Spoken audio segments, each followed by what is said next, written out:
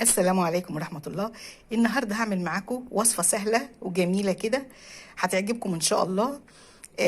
هي طبعا أنا لما بجيب القرنبيط بتبقى القرنبيطاية كبيرة، فما بنقدرش ناكلها مرة واحدة لأن في ناس مش عندي في البيت ما بياكلوهوش، فبحطها الباقي في كيس أو كيسين في الفريزر بعد ما اسلقها سلقة خفيفة بحبة كمون صغيرة. فالنهارده بقى ما عنديش أكل، قلت أفكر أعمل إيه، أعمل لهم الصينية ديت وأعمل لهم جنبها مكرونة بالصلصة.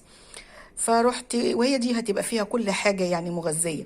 جبت القرنبيطة وطلعتها وحطيتها تهدى بس بسيط كده، بس ما تفكش عشان لازم التلج يبقى فيها عشان تتضرب في الكبة محضرة الطعام اللي هي الخضروات دي اللي هي الكبة يعني. وتروحي وحطها في الكبة وتروحي حط عليها معلقة حبة ملح صغيرين، حبة كمون، حبة فلفل صغيرين، حبة كزبرة، وتضربيها في الكبة كويس مع قرن فلفل حامي ممكن. وتروحي حطها فين في طبق كبير وتضربي بيضتين بشويه فلفل اسود عليها. معذرة ان الفيديو اتقطع وقلت اكمله بقى. ونحط نضرب البيضتين في حبه فلفل اسود صغيره ونروح حاطينه عليهم وعود كزبره عودين كزبره كده وعودين شبت ونقطعهم عليهم وندوق حقيقها بقى كده. اذا كانت يعني الحقيقه مظبوط خلاص ما نحطش ملح تاني، ونحط شويه بيكنج باودر ومعلقتين نشا كبار وتروحي مقلباها عشان تبقى تطلع مقرمشه وكريسبي وكده، لان تمص شويه الميه اللي هم القرنبيط ده طالع من الفريزر.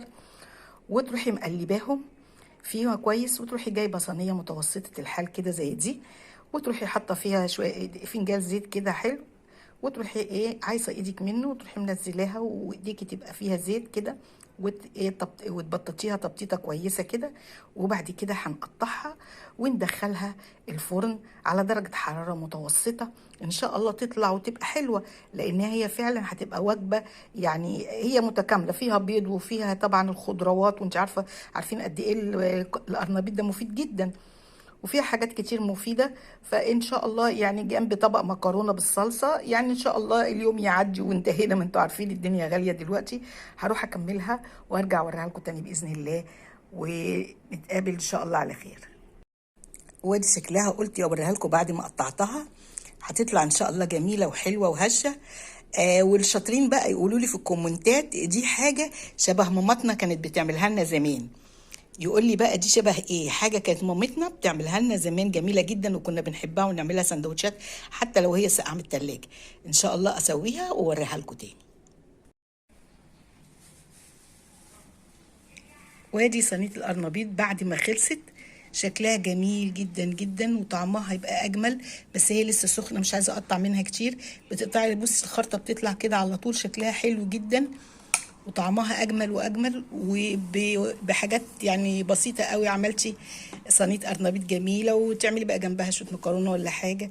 وبعدين لسه اقول لكم ان انا حطيت حته توم فيها وانا بعملها، يعني ما كنت بعجنها كنت حطيت فيها حته تومه صغيره بتديها طعم جميل جدا مع الكزبره والكمون وشويه الملح، وطبعا ضربه البيض بشويه فلفل اسود. طعمها جميل، جربوها وان شاء الله هتعجبكم. ما تنسونيش في اللايك والشير، واشكركم والى اللقاء.